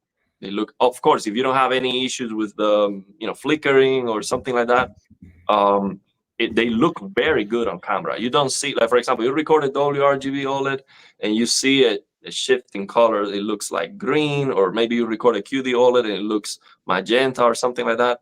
But plasmas, they look very good on camera. And yeah, they have a lot of advantages. So why is that, purity of colors? Why is that? Because it's just RGB, or if there is more to it? You're saying additive color. I guess plasmas are also, but I don't know, just shine a light on that. That's if you know. Probably because of the white subpixel. That's the problem, And he's right. So I play a game or watch a movie on the G2 behind me, especially games, because sometimes games, or let's say also Nintendo games, because they're very colorful, And as soon you have, you go and play the very same game on the S95C, the colors looking much, much better. So I would say they're cleaner. Let's say like this. They're not oversaturated. I'm not talking about you have suddenly, oh my God, it's oversaturated. No, they're cleaner. You can distinguish the colors better, in my opinion, because of the missing white subpixel. I don't know. It's hard to explain for me as non-native. Yeah, but he's English saying, speaker, not only that, he's saying something about additive color versus non-additive color, which I don't know really what it is. I guess, if you add blue and green, you get this color or something like that on a piece of paper, that it has something to do with that. Yeah, I can't answer this. I just know the QD OLED is better. Yeah, no, it's easy, but yeah. Maybe you can answer, yeah. I'm just scrolling through the comments again, and guys, I really, appreciate all the comments. Absolutely fantastic today.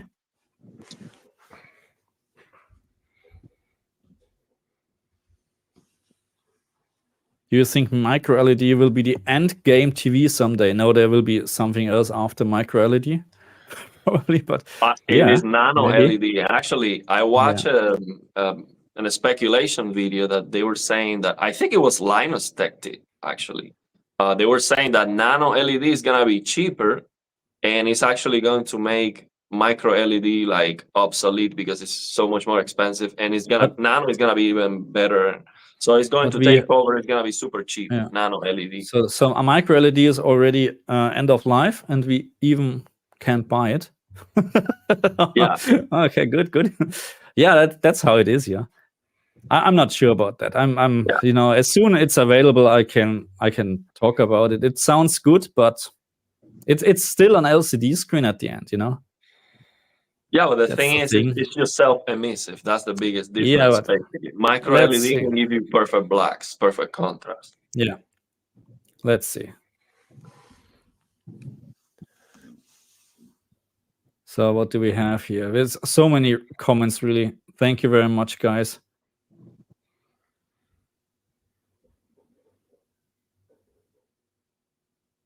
The PlayStation 5 Pro isn't on par with a 4070. Yeah, but Digital Foundry actually said, okay, it's close to a 4070. That's what they mentioned. But at the end, we never know, probably, because we need to wait until it's really released, and then we can compare. But again, I found this discussion actually a little bit, so between PC versus PlayStation 5 Pro, it's not even, sorry to say that, but if you like to have a very easy plug and play experience for your money, then go with a PlayStation, you know, because it's always the thing. And now with the PS5 Pro, based on that Digital Foundry video, they're gonna have, some games are going to have a lot of modes, like 4 modes at least. So yes, they default to something, but you're gonna have a lot of options. That's they might just as well, you know, give you a graphics menu option and use VRR and get, you know, whatever the frame you can get. That would be better. So this one I can answer. What do you think about Samsung S95C? The best OLED TV I ever had. That's a very quick answer. Best for gaming and everything. You know, I just love it. I just love it. And you haven't had issues with the dropouts and all? No, I have this. I made a video about this. So as soon my HDMI cable is, let's say, longer than 3 or 4 meters, I have dropouts. So, but I bought the HDMI fiber cable, and my PC is here in this room, and I have a 15 meter HDMI fiber cable in my next room, and I have no dropouts anymore. PC HDR 144 hertz VRR, no drops out anymore. Nice. I don't know if this is really I don't know really, but that's a thing what Samsung needs to work on. Absolutely, there's no doubt about that. You can't have a high-end TV and then you have dropouts when you connect a PlayStation or whatever. My 8K Neo QLED was plagued with dropouts. It was absolutely embarrassing. I couldn't play any games in 120 FPS without dropouts, at least one every 3 or 4 minutes. It was actually really bad by the end. Yeah, that's not, I don't know if they can, if they actually had some firmware updates or whatever to mitigate this problem, but I'm not sure about that. So Matt says that the cameras, they show spectral differences. That's why, you know, different TV technologies look different on camera. Plasmas are loved due to motion and natural spectrum of light. 1080p will look better since it is native resolution. 1080p on the plasma TVs look very good because it is self-emissive too. So you have good contrast, and the motion is almost 4 times better than sample and hold. So if on any, I'm not gonna say any plasma TV because there are some that are different, but in most plasma TVs, you open the UFO test at 240 pixels per second. So if you change the speed of the UFO test to 240, it's going to look perfectly clear. And that is the same as if you use a 240 hertz monitor. Okay, that's very good. So what I'm saying right now is that plasma TVs in motion are actually better than most TVs on the market today, unless they are using backlight manipulation technique or anything to reduce the persistence. So they look better than 120 FPS. That is very, very good for gaming, and they are so cheap. That's why I recommend it. So that's the explanation why when I'm walking into the other room and watch something on the S95C, well, it's just better. WRGB can only show 3 colors per pixel at a time, and one of them is always white. So now you got it. You know, that's why, don't get me wrong, the LG OLED TV is looking fantastic. You know, they're really looking fantastic, but there is a step up when you have a QD OLED TV next to it. Full stop. That's how it is. Dan says, I want Ariel to get a console pile. Would you ever consider switching to a PS5 Pro, Ariel? I switched from a decade to PC of PC to PS5, and I'm so glad to done this with these cheaty ports. So yeah, basically he switched from PC to PS5.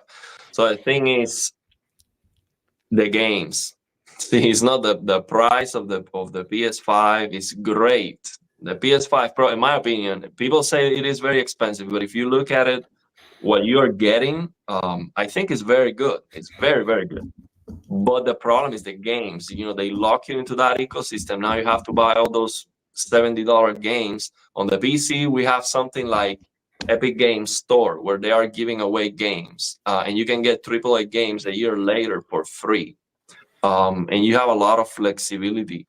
So I prefer to spend thousands of dollars on a very high-end PC if I have the money than to get a PlayStation. And it's because of the games. And also, the other thing to me with PC is that, for example, a game comes out and it has something that you cannot turn off on the PS5 or the Xbox. You cannot turn that off, and for me it's a deal breaker. For example, you get this Black Myth Wukong with the over sharpening. It looks very bad, and you need the PC to mod the game and remove that. So those are the 2 main reasons. Sometimes we have a deal breaker that you cannot change on the console, because the console is supposed to be more plug and play, and you can change it on the PC. So that's basically. So no, I would never have just a console to play games. No, that's the same. The same. I mean, I love PlayStation. So if you would ask me PlayStation or Xbox or PC, I would say Xbox has to go. That's how it is, because I can play all the Xbox games. Yeah, sorry, but I can play all the Xbox games on the PC.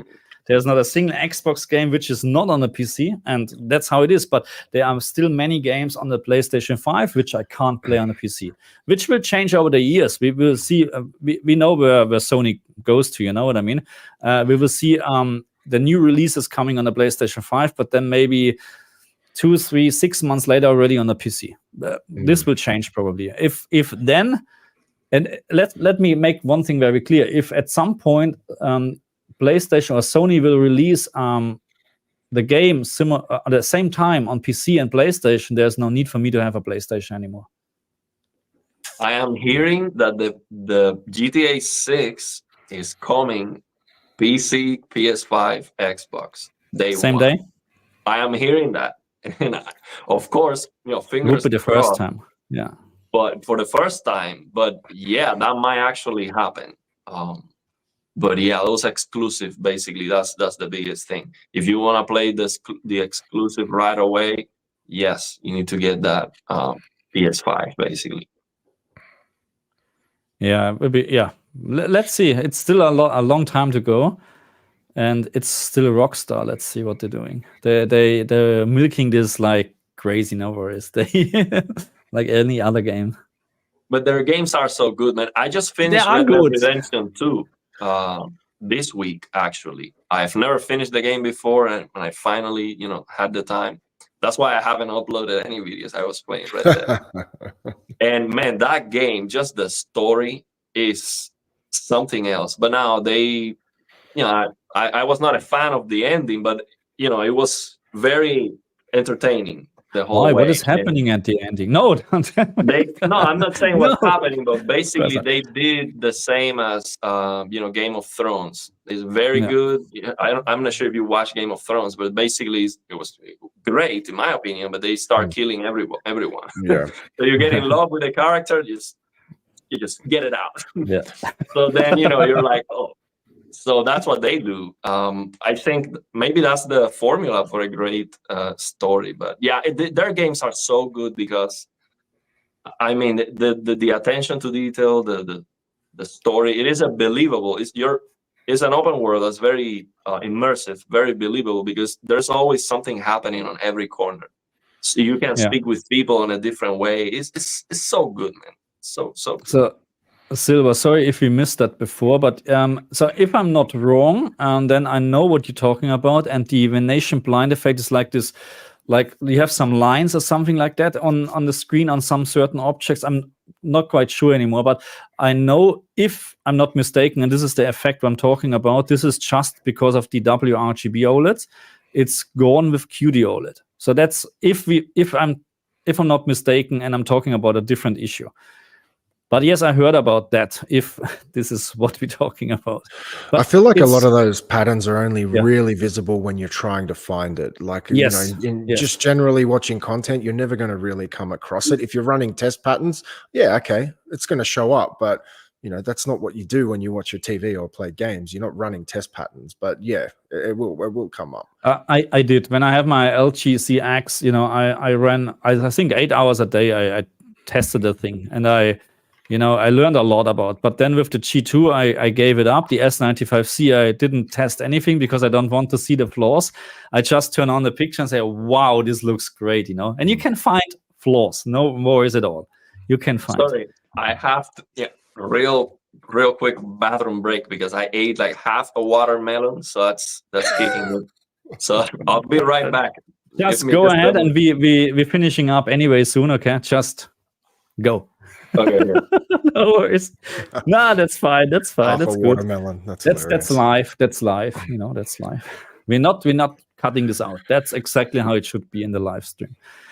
No, but it's good, And again, I really like how the audience is actually interacting with us. Beam me up, Scott P. Why do OLEDs suffer so much from color banding compared to QD OLEDs? I don't know, to be honest. But you're right. There's more color banding. Is it coming from the processor? Is it coming because of the pixel structure? I can't think about that now. But you're right. I have less color banding on my S95C. The S95C, I can't just tell you this. The clean panel on the S95C is like day and night compared to anything what I have seen so far. Of course, the LG OLED TV are also already on a high level, but compared again to the QD OLED, wow. There's not a single issue when you pan your screen or whatever, even on a I don't know, when you play a game and you look up, in the sky, you have just blue and you pan your screen. On the LG OLED TVs, I can see there are some issues, very minor issues. Not a deal breaker at all. On the S95C, there's nothing at all, literally nothing. How many years apart are those two TVs? 2 years apart, the G2 and the D? Yes. The D, 1, 2, 3. 3 or 2 years, yes. Because I just want to ask, because obviously when you get to a G2, like, you're already at a very high level. So in a percentage, what would you say is the main improvement? Like, are we talking like a 5% improvement? Because obviously we get excited and we exaggerate and things like that. Like, the G2 is still a killer TV. That thing will smoke most things. That's the thing. So when we say these things, it's like, oh, it's night and day. Like, we're talking night and day, 5% improvement, night and day, or... Yeah, no, I mean, it's hard to say. It's let's say like this: if the TVs are not even in the same room, and I can see the difference, because usually it's very hard. So the difference between the CX and the G2 is very minor, because the only improvement is actually brightness. Okay, and brightness, we're talking about 700 nits for the CX, 700, 800 nits, and 1000 nits roughly for the G2. That's not much. Side by side, yes, you can see the difference. But when I'm walking out of this room and I go to my CX, there's no way I can tell you that this TV is better or this TV is better. I have even the feeling that the CX is better with the internal apps, because it looks sharper, it looks cleaner actually compared to the G2, but maybe that's just me. But with the S95C, as soon I started playing Zelda here, the new Zelda on this TV, and it was fine. And then I walked to the S95C, and I was like, okay, this is much better. It's Hey, welcome back, Ariel. Yeah, man. I mean, Okay, I mean, yeah, that's fine. That's fine. We're wrapping up soon anyway. So if you have any final questions, you know, then let me know. We have still time. Oh, we had here something. SNK Nostalgia. Thank you very much. Did we miss this? Have you found HDR settings for Dead Rising remake? Yes, I worked on it. And just a spoiler warning, HDR is actually pretty good in this game. So as far as I can tell, no HDR black level rays. It supports it doesn't support the HDR system level calibration, but it's a Capcom game. So you have the same sliders as the Resident Evil games. I just need to find out if actually the sliders are matching the output, because I have my doubts about that. You know, when you just use HDHG and you follow the instruction on the screen, for the G2, it's then 1000 nits, should be 1000 nits, but I have the feeling the real output is lower. But I haven't had time to make a proper video about that. Not sure if it's already. One thing to look for on that engine is when you lower the peak brightness, check if the highlights are not clipping. Because in Resident Evil Village, one of those, I forgot which one it was. I think it was Village. When you reduce the slider, then you clip the highlights. So basically, instead of doing tone mapping to show you the detail, it is doing tone mapping, but it is dice. So it is cutting the detail. So you don't want to reduce the... So you're talking about the second step. Also, you have the peak brightness, and then the second one is the brightness setting. Yeah. Right? You're talking about this. Yeah, so I never recommended actually to reduce the brightness in Resident Evil. You always should keep the minimum or go up, because you will reduce the maximum peak brightness in specular highlights as soon as you decrease this. So I never recommend. No, what I'm saying is I forgot, honestly. I made a video about it. I forgot. It was like a year ago. When I know the peak brightness, when you reduce it in game, the tone mapping method that the developers use was dice. I think that's how you call that tone mapping method, which is basically cut the detail. It's like a reference monitor, 1000 nits. Okay, more than that, just cut everything. So when you look at a light source, you lose, like, it looks white, like you no longer see the lamp or the bulb or something like that. Yeah. So look out for that, is what I'm saying. See if that happens. I will. With that. Question. Hi, guys. Do we find out at midnight tonight whether or not we're successful with the JB ballot for... Oh, I don't know, actually, if this is already today. I'm not sure either, but I put my hand up for it. I didn't even want the PS5 Pro, but I just know that 30th anniversary edition is so sought after. I put my name in the lottery. So I'm wondering, because I just know the resale value on those things. They'll be probably double what you pay for it. Crazy. I mean, if I get this, I will not even unpack the thing. That's exactly right. I'll just put it into storage. Yeah. But as far as I know, they just, if you won, you get an email. If you didn't, you're not getting anything. That's how I know it. Okay, anything else? Oh, yes, sorry for that. I saw your message now, and so he likes to do a stream with us, but the thing is, you need to understand, everybody needs to understand, those streams are planned for weeks ahead, months ahead, and when we're getting a chance like to getting FOMO on the stream and you're saying, hey, I suddenly have time on a Sunday or whatever, I can jump in, then we have to take this chance. Full stop. That's how it is. We're trying to accommodate everybody, but it's very hard sometimes, okay? But we are not forgetting you, okay? We will have a stream at some point. No worries. Here we have, was this one, sorry. I think that's it, or? Yeah, I matched my Resident Evil settings for Dead Space, probably. Dead Space, not for the other game. What we talked about. Dead Space, it needs to have proper HDR anyway. Do we have anything? What was the biggest leap that you all saw going from one TV to another? I went from a low budget. Oh, okay, good question. I can make this very simple, man. The biggest leap you will see is going to an OLED. That's pretty much it. Yeah, there's no doubt about that. Yeah. So if you've had cheap LCD TVs, or not even cheap ones, but if you make that switch to the OLED, that's pretty much the biggest jump. And then as I said earlier, I have a C1 OLED, and then this year I also purchased an additional G4. And as much as the G4 is a better TV, I don't think the jump was significant enough to warrant the price. Look, it's a better TV, but we get hyped up, and there's FOMO. We create all this hype around these TVs. It's like the G4 is better, but I feel like kind of once you hit the OLED, the improvements are going to be incremental at best. So every year, whether it's, you think the G3 was a really good TV, now we have the 4. Next year it's going to be the 5. The jump I was expecting from the C1 to the G4 wasn't as significant as I thought it would be. I was just really sucked into all the hype, and everyone's super excited, which is great. I love that. I love that about our community. We get excited and new things are coming out. But yeah, to keep that simple, man, OLED is, once you hit OLED, you're pretty much doing very small jumps after that. Let me just get to this. A PC is only for getting viruses and having a higher electricity bill. So first of all, I haven't had a virus in years. I don't know what pages you're surfing, but just stop it, And having a higher electricity bill depends on your PC. You can have a higher electricity bill with the new PlayStation 5 Pro. Full stop. That's how it is. We don't even know what the wattage will be from the PlayStation 5 Pro. And it's that there's, and I never, that's the same with people buying a Porsche or whatever and then complaining about the petrol prices. No, go away, go away. Doesn't make sense. Anyway, so one last thing, and all about TKK just joined now. You're too late, buddy, but good evening all. C1 to G4, man, I wish I could go back to C1 Thursday. 83 G4 though. Okay.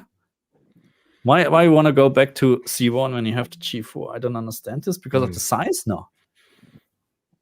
Well, he has all the TVs, so that's not a problem for him. Hey, we need to have TKK one of these live streams. We have to have him. He has all the TVs. So if you ask him which TV you should buy, he might tell you just get them all. You don't have to decide. Just buy them all. Yeah. Okay. He was man. Come from C1. Now I have G4. That's pretty big step up, I would say. Not as big as coming from a mid-range LCD to G4, I would say. That's like a shock, probably. That's what I was just saying, though. I went from the C1 to the G4. It was an improvement, but it wasn't anything, night and day improvement. It was brightness improvement. There are motion clarity, things like that you get with it. But I don't think it's a huge deal. So I think every 3 to 5 years upgrading your OLED is more than enough, in my opinion. Yeah, well, he's always for QD OLEDs, and I mean, listening his perspective, I think it comes from like true experience, because he really buys all the TVs. So if he tells you, listen, this is what I like, this is what I think is the best, I mean, he's not like he has the TVs, he's going to use them. So his opinion, I think, is very, very valuable. So whatever he says that he likes, it's like that's it. Okay, guys, I think it's time to wrap up. Okay, I say thank you very much to everyone, especially the comments and all the viewers, of course. And FOMO again. Yeah, FOMO left already, but it was great to have him. And let's see who we having next time, or maybe no one. We never know. It's really, let's see. Yeah, we really have to thank FOMO, because with the level of success that he has, he's like a superstar on the AV community, and he's always supporting all the content creators and dropping comments. And he's very, very gracious to just to share this live stream and have us on his channel. And so I really enjoyed that, and hopefully we can have them another day too. I know Classy Tech would be good, but he's always driving when we have a stream. He's very busy, unfortunately. That's how it is anyway. Okay, now I think that's it. Or any last comments from you guys? I just want to say thank you, everyone. We really appreciate you hanging with us this long. And yeah, we're going to try and do this more often. So if you want to follow all of us on YouTube, and yes, stay put. We all do regular streams. Marcus and Ariel, you guys do the Sunday stream, and they allow us to jump in. And Marcus and I do the Wednesday stream. So yeah, check us out. We'll got more content coming. By the way, how should I call you? Layman or lay? You can call me darling if you want. I don't mind, man. You can call me Adam. You can call me Layman. Yeah, that's Layman. Cool, okay. Okay. Well, yeah. Nice to share the stream with you too. Thanks, Go. We talked about this as well. Okay, guys. I say thank you very much, and yeah, we see you next time. Okay. Bye. Take care. Bye.